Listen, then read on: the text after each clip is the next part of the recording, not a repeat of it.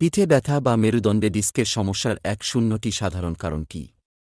প্রথম কারণ হল আপনার বয়স যদি ৩-৫ বছরের বেশি হয়, তাহলে আপনি মেরুদণ্ডের ডিস্কের সমস্যায় পড়তে পারেন।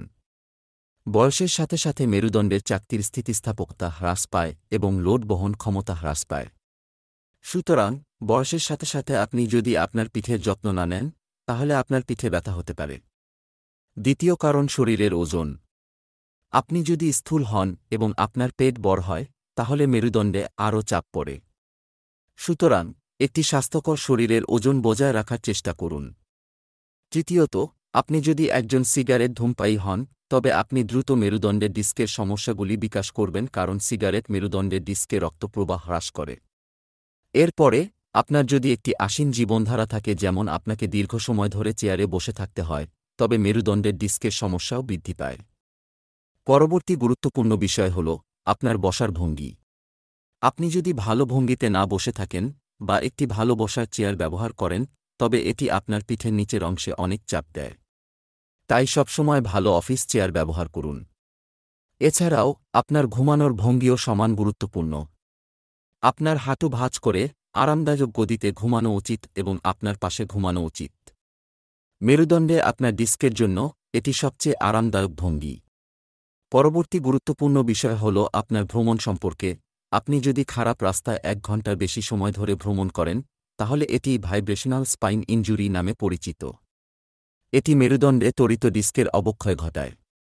পরবর্তী গুরুত্বপূর্ণ বিষয় হল ব্যায়াম করার সময় জিমে আপনার সঠিক ভঙ্গি সম্পর্কে। আপনি যদি জিমে যাচ্ছেন এবং জিমে আপনার টেকনিক সঠিক না হয়, তাহলে ভুল ভঙ্গিতে ডিস্কে বারবার চাপের কারণে ক্রনিক ডিস্ক রোগ হতে পারে। এরপরে ট্রমার ইতিহাস, যা ডিস্কের বাইরের স্তরকে ক্ষতিগ্রস্ত করতে পারে, তা ডিস্ক সম্পর্কিত সমস্যা বা ডিস্কের ক্ষতির কারণ হতে পারে। সুতরাং সাধারণত এগুলি হল ১-০টি সবচেয়ে সাধারণ পরিবর্তনযোগ্য ঝুঁকির কারণ, যা আপনি এড়াতে পারেন যাতে আপনার মেরুদণ্ডের ডিস্ক একটি স্বাস্থ্যকর অবস্থায় থাকে এবং কোনো পিঠে ব্যথা বা ডিস্কের সমস্যা না থাকে। এখন যদি আপনি দীর্ঘস্থায়ী পিঠের ব্যথায় ভুগছেন, আপনার ডাক্তারের সাথে দেখা করুন। আপনার ডাক্তার এক্স-রে বা এমআরআই করতে চাইতে পারেন এবং তিনি আপনার ডিস্কের অবস্থা মূল্যায়ন করবেন। আপনি যদি দীর্ঘস্থায়ী পিঠের ব্যথা বা ডিস্কের সমস্যায় ভুগছেন, তবে এই ১-০টি পরিবর্তনযোগ্য ঝুঁকির কারণগুলি আপনার অবশ্যই এড়ানোর চেষ্টা করা উচিত। সুতরাং যদি আপনার বয়স ৩-৫ বছরের বেশি হয়, তবে আপনার বসার ভঙ্গি বজায় রাখা উচিত। আপনার ১ ঘন্টার বেশি ভ্রমণ এড়ানো উচিত। প্রতিদিন গাড়ি করুন, নিয়মিত ব্যায়াম করুন, আপনার সিগারেট খাওয়া ছেড়ে দেওয়া উচিত এবং যখনই সম্ভব একটি স্বাস্থ্যকর এবং ভারসাম্যপূর্ণ জীবনধারা বজায় রাখা উচিত। আপনার ওজন বেশি হলে ওজন নিয়ন্ত্রণ সমান গুরুত্বপূর্ণ। আমাদের ইউটিউব চ্যানেলে প্রায় ৬টি ভাষায় ব্যায়ামের ভিডিও রয়েছে, যেখান থেকে আপনি এটি করতে পারেন এবং ঘরে বসে ব্যায়াম করা শুরু করতে পারেন। এছাড়াও আপনার দীর্ঘক্ষণ এক জায়গায় বসে থাকা এড়ানো উচিত এবং নিশ্চিত করুন যে আপনার কাজের কেন্দ্রে এরগোনমিক্স ভালো। সর্বদা হাতের বিশ্রাম, পিছনের সমর্থন এবং পায়ের সমর্থন সহ একটি সঠিক বসার চেয়ার ব্যবহার করুন।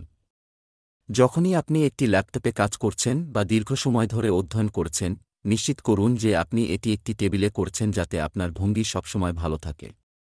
এছাড়াও ব্যাক শক্তিশালী করার ব্যায়াম করে আপনার পিঠের ভঙ্গি এবং পিঠের পেশিগুলিকে উন্নত করতে আপনার প্রতিদিন ১-০ থেকে ১-৫ মিনিট সময় নেওয়া উচিত।